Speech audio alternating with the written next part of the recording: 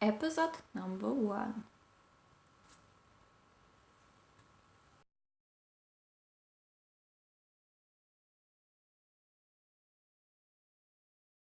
And thank you for joining me for another experiment.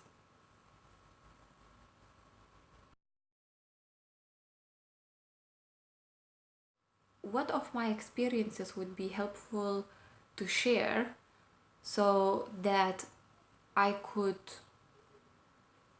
share what I learned and maybe help somebody who's struggling with the same things that I did. And one of the things that was hardest for me to overcome, and I'm still working on it, is feeling stuck, feeling kind of trapped in situation, in the circumstances, in environment, and not feeling like I have a power, means, tools, or support to change it. It is a little bit like being in a life situation which externally looks good and, you know, kind of ticks all the boxes, but internally feeling that it actually doesn't, and feeling that actually something is missing and something is not exactly right. And the problem is that it is something that usually is not because of other people. It is something that we get into by ourselves. So it's not a situation that we could say somebody push us into, or we have been tricked, but usually it's us who we actually went into this situation and we created this situation. Okay. So the first part of this is relationship. And I'm talking about relationship of everybody that we have in our environment. I'm not talking just kind of like a romantic relationship, which is usually what everybody tends to kind of think whenever we mention the word relationship. So it is a relationship that we have with everybody in our environment.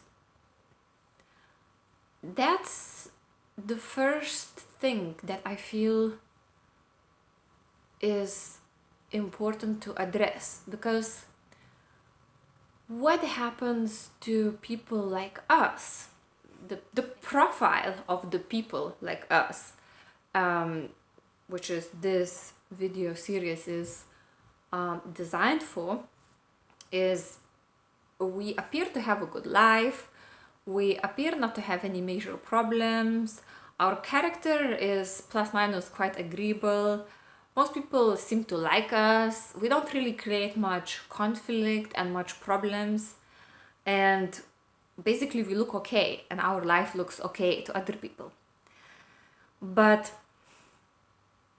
inside of us we feel like we are not really okay, and we can tell that something is missing for sure.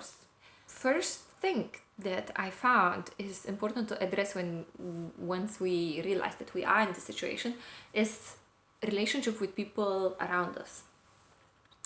So what happens is, because of our character or our behavior, we teach the people around us that certain things are okay with us and that certain behavior is okay by us, when actually inside of us we don't really feel like that kind of behavior is okay, or, you know, that kind of treatment is okay.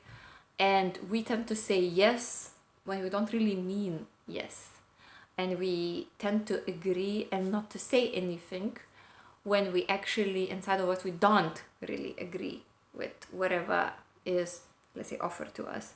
Example, let's say we we say yes to a trip with a friend and we actually don't really want to go there. But because it's our friend and we don't know how to say no, we say yes.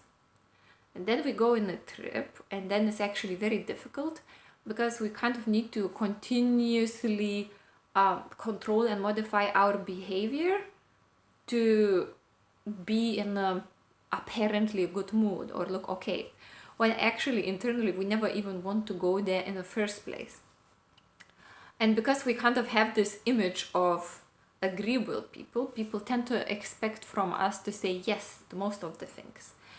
And when we become conscious of the fact that we don't really say yes to many things, maybe even most of the things that we have in our environment, problem starts. Because the minute we say no, there is an opposition. The minute we say, actually, no, I don't want to do that. Do you want to come to this birthday party? Actually, no, I don't want to. Most of the time, most likely, we're not going to say it like that. Most of the time, most likely, we're going to think of an excuse or something not to go there. But if we were to say something like that, we kind of get like lots of questions and let's say pushback about why are we saying no, what happened. So once we become conscious of our wants, or when we start to become slowly start to become consciously aware of our wants, and we slowly start to express it, we actually experience lots of opposition from the people in our environment who we trained that we usually say yes and that we usually agree with. So then what happens is like basically, okay, what's wrong with you? They don't necessarily express it in that way, but we kind of get this feeling, this kind of energy that there is something wrong with us. Why are we behaving the way we are behaving? So basically, I feel what happens is most of us, as we were growing up, we have suppressed our authentic identity and what we actually want, and we started adopting to what other people wanted from us to kind of have approval from our environment and to have a agreeable relationship with people. But at some point later, once we hit that point where it's kind of like an existential crisis or like a terrible feeling of emptiness, we understand that actually we didn't really want that what we have created, and what we have is not what we really want, and it's not really truly reflective of our deepest desires, dreams, passions. Sometimes we're not even aware of that. So the first and the most difficult step in kind of reclaiming our lives is to deal with the people in our environment. Because the minute we want to start reclaim our life, we're gonna receive lots of opposition. What to do and how to do it. I will share my experiences about how to manage and express ourselves in a way that people in our environment would be more acceptant to this newly discovered or this new side of us which they haven't seen before. And hopefully that will help to make this kind of transition from living not your life into starting to live our life a bit easier. So it all starts with the people in our most immediate environment. So what is our most immediate environment? It is people that we live with, it is people that we work with, and it is people like our friends and relatives, so people that we have a social contact with. So starting from the ones that we see most frequently, and most during the day, during the week, during our life, day-to-day life, to ones that we see least frequently. The hardest, of course, are the ones that are closest to us. They already decided what we are like, and they already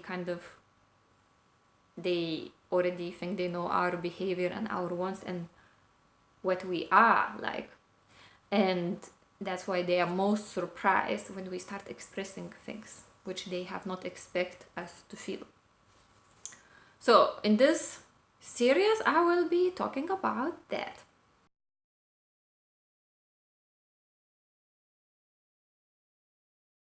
Thank you for joining me, and I hope this is going to be helpful.